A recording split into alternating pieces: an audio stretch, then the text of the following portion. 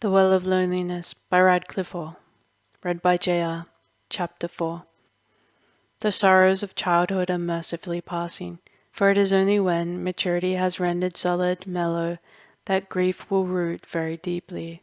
Stephen's grief for Collins, in spite of its violence, or perhaps because of that very violence, wore itself out like a passing tempest, and was all but spent by the autumn. By Christmas, the gusts when they came were quite gentle, rousing nothing more disturbing than a faint melancholy. By Christmas it required quite an effort to recapture the charm of Collins. Stephen was nonplussed and rather uneasy. To have loved so greatly and now to forget, it made her feel childish and horribly silly, as though she had cried out over cutting her finger. As on all grave occasions, she considered the Lord, remembering his love for his miserable sinners. "Teach me to love Collins your way," prayed Stephen, trying hard to squeeze out some tears in the process. "Teach me to love her, 'cause she's mean and unkind, and won't be a proper sinner that repenteth." But the tears would not come, nor was the prayer what it had been. It lacked something. She no longer sweated when she prayed. Then an awful thing happened. The maid's image was fading, and try as she would, Stephen could not recall certain passing expressions that had erstwhile allured her. Now she could not see Colin's face at all, even if she willed very hard in the dark. Thoroughly disgruntled, she bethought her of books of fairy tales, hitherto not much in favour, especially for those that treated of spells, incantations, and other unlawful procedures. She even requested the surprised Miss Bingham to read from the Bible. "You know where," coaxed Stephen. "It's the place they were reading in church last Sunday, about Saul, and a witch with a name like Eden. The place where she makes some person come up, 'cause the king had forgotten what he had looked like." But if prayer had failed Stephen, her spells also failed her. Indeed, they behaved as spells do when said backwards, making her see not the person she wished to, but a creature entirely different. For Collins now had a most serious rival, one who had lately appeared at the stables. He was not possessed of a real housemaid's knee, but instead of 4 deeply frilling brown legs. He was 2 up on legs and 1 up on tails, which was rather unfair on Collins. That Christmas, when Stephen was 8 years old, Sir Philip had bought her a 50 bay pony. She was learning to ride him, could ride him already, being naturally skilled and fearless. There had been quite a heated discussion with Anna, because Stephen had insisted on riding astride. In this she had shown herself very refractory, falling off every time she tried the side saddle. Quite obvious, of course, his falling off process, but enough to subjugate Anna. And now Stephen would spend long hours at the stables, swaggering largely in corduroy breeches, hobnobbing with Williams, the old stud groom, who had a soft place in his heart for the child. She would say, "Come up, horse," in the same tone as Williams, or, pretending to acknowledge she was far from possessing, "Is that furlock a bit puffy?" "It looks to me puffy. Supposing we put a nice wet bandage." Then Williams would rub his rough chin, as though thinking, "Maybe yes, maybe no." He would temporize wisely. She grew to adore the smell of the stables. It was far more enticing than Colin's perfume, the aromatic she had used on her afternoons out, and which had once smelt so delicious. And the pony, so strong, so entirely faithful, with its round, gentle eyes, and its heart big with courage. He was surely more worthy of worship than Collins, who had treated you badly because of a footman. And yet, you owed something to Collins, just because you had loved her, though you couldn't any more. It was dreadfully worrying, all that hard thinking when you wished to enjoy a new pony. She would stand there rubbing her chin, in an almost exact imitation of Williams. She could not produce the same scratchy sound, but in spite of this drawback, the movement would soothe her. Then one morning she had a bright inspiration. "Come up, horse," she commanded, slapping the pony. Come up, horse, and let me get close to your ear, 'cause I'm going to whisper something dreadfully important." Laying her cheek against his firm neck, she said softly, "You are not you anymore. You are Collins." So Collins was comfortably transmigrated. It was Stephen's last effort to remember. Came the day when Stephen rode out with her father to meet a glorious and memorable day.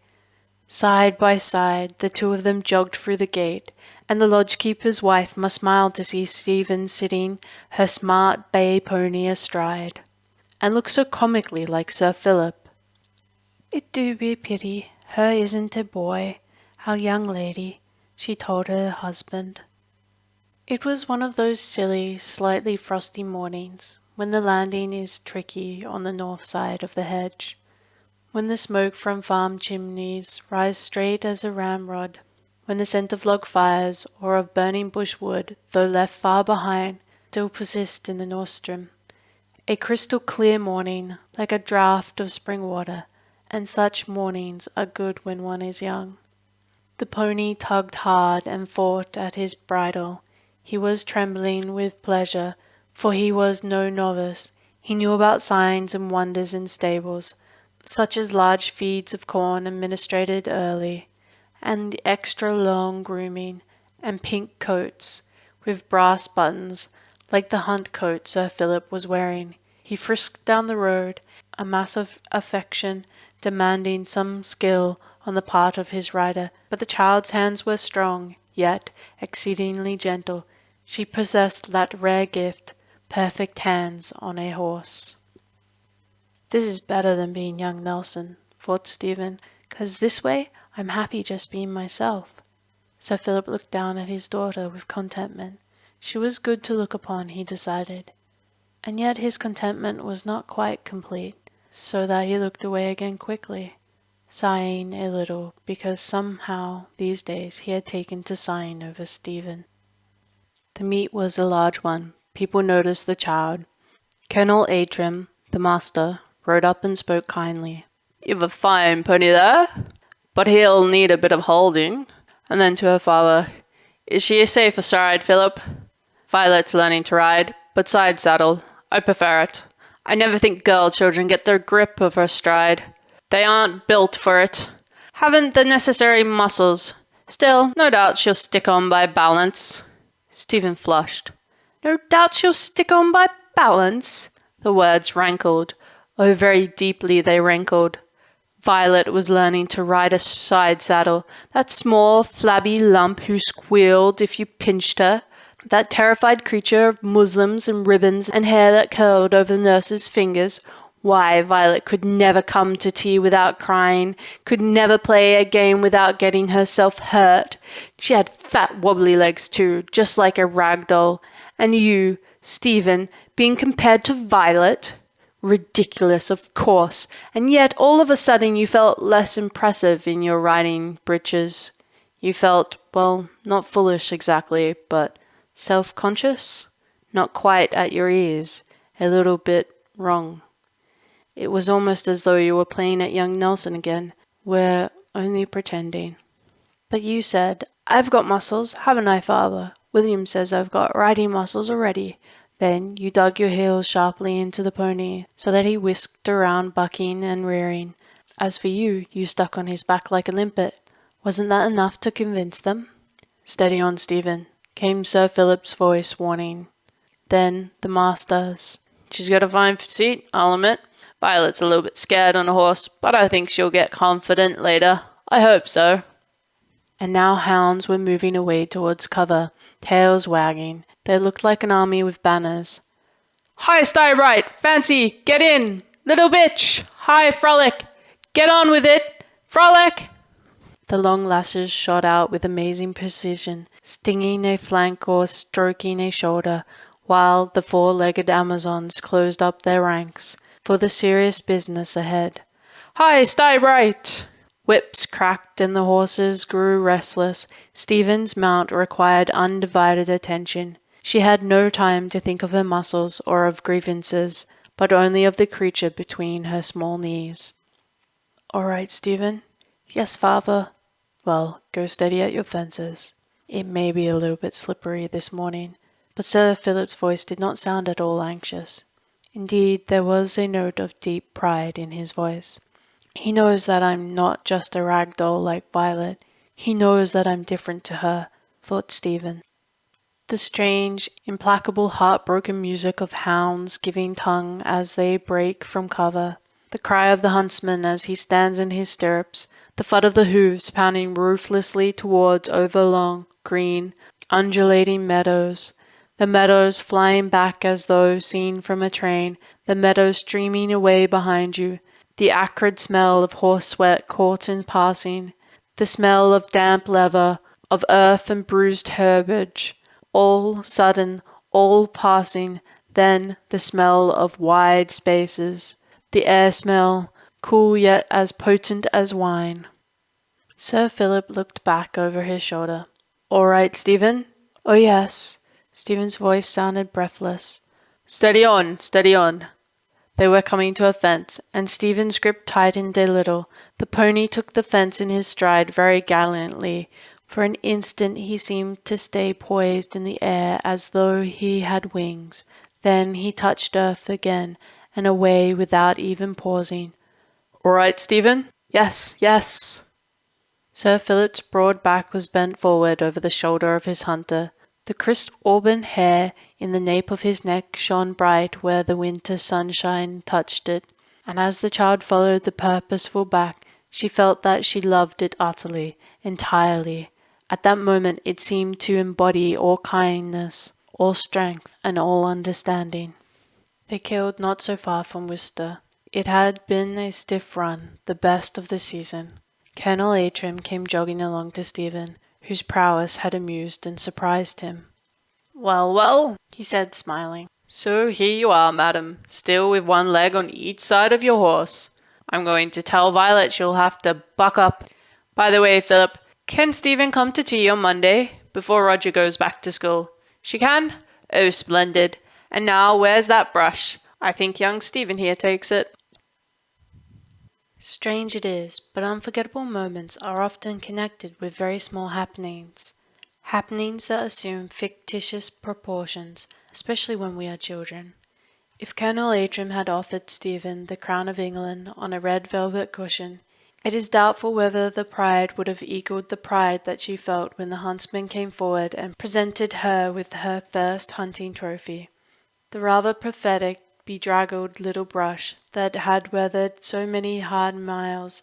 Just for an instant the child's heart misgave her, as she looked at the soft, furry thing in her hand.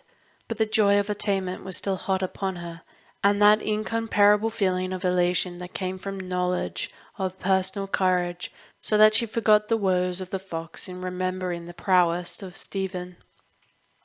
Sir Philip fastened the brush to her saddle.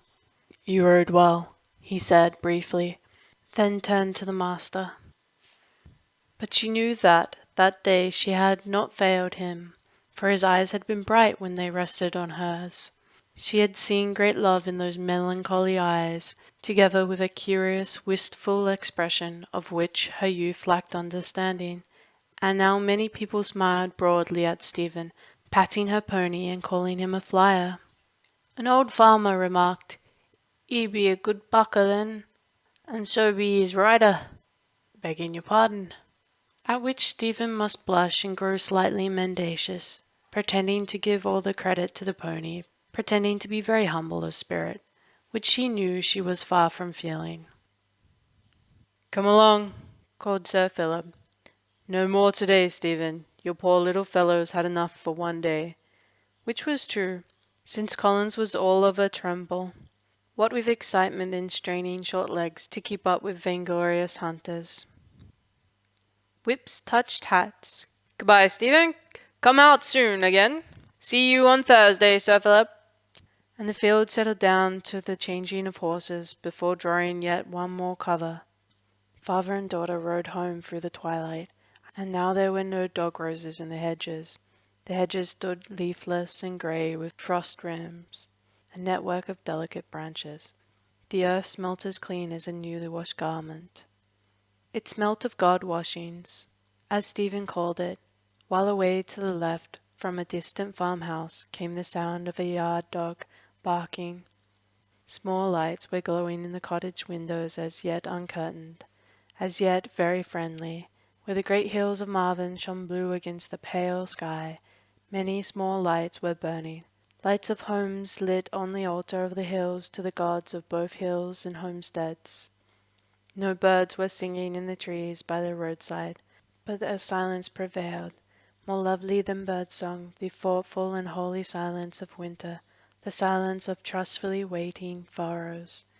For the soil is the greatest saint of all ages, knowing neither impatience nor fear, nor doubting, knowing only faith, from which springs all blessings that are needful to nurture man. Sir Philip said, "Are you happy, Stephen?" And she answered, "I'm so dreadfully happy, father. I'm so dreadfully happy that it makes me feel frightened, 'cause I mightn't always last happy. Not this way." He did not ask why she might not last happy. He just nodded, as though he admitted a reason. But he laid his hand on hers on the bridle for a moment, a large and comforting hand. Then the peace of the evening took possession of Stephen, that and the peace of a healthy body tired out with fresh air and much vigorous movement, so that she swayed a little in her saddle and came near to falling asleep. The pony, even more tired than his rider, jogged along with his neck drooping and reins hanging slack, too wearied to shy at the ogreish shadows that were crouching ready to scare him. His small mind was doubtless concentrated on fodder, on the bucket of water nicely seasoned with gruel, on the groom's small hiss as he rubbed down and bandaged, on the warm blanket clothing, so pleasant in the winter, and above all on the golden bed of deep straw that was sure to be waiting in his stable. And now the great moon had swung up very slowly, and the moon had seemed to pause, staring hard at Stephen, while the frost rim turned white with the whiteness of diamonds. And now the shadows turned black and laid folded like velvet round the feet of the drowsy hedges. But the meadows beyond the hedges turned silver, and so did the road to Moulton. It was late when they reached the stables at last, and old Williams was waiting in the yard with a lantern. "Did you kill?" he inquired, according to custom. Then he saw Stephen's trophy and chuckled. Stephen tried to spring easily out of the saddle as her father had done, but her legs seemed to fail her. To her horror and chagrin, her legs hung down stiffly as though made of wood. She could not control them, and to make matters worse, Collins now grew impatient and began to walk off to his loose box. Then Sir Philip put two strong arms around Stephen, and he lifted her bodily as though she were a baby, and he carried her, only faintly protesting, right up to the door of the house and beyond it, right up indeed to the warm, pleasant nursery where a steaming hot bath was waiting. Her head fell back and lay on his shoulder, while her eyelids drooped heavily with well-earned sleep. She'd blink very hard, several times over, in order to get the better of that sleep. "Happy darling," he whispered, and his grave face bent nearer. She could feel his cheek, rough at the end of the day, pressed against her forehead, and she loved that kind of roughness, so that she put up her hands and stroked it. "So dreadfully, dreadfully happy, father," she murmured. "So dreadfully happy."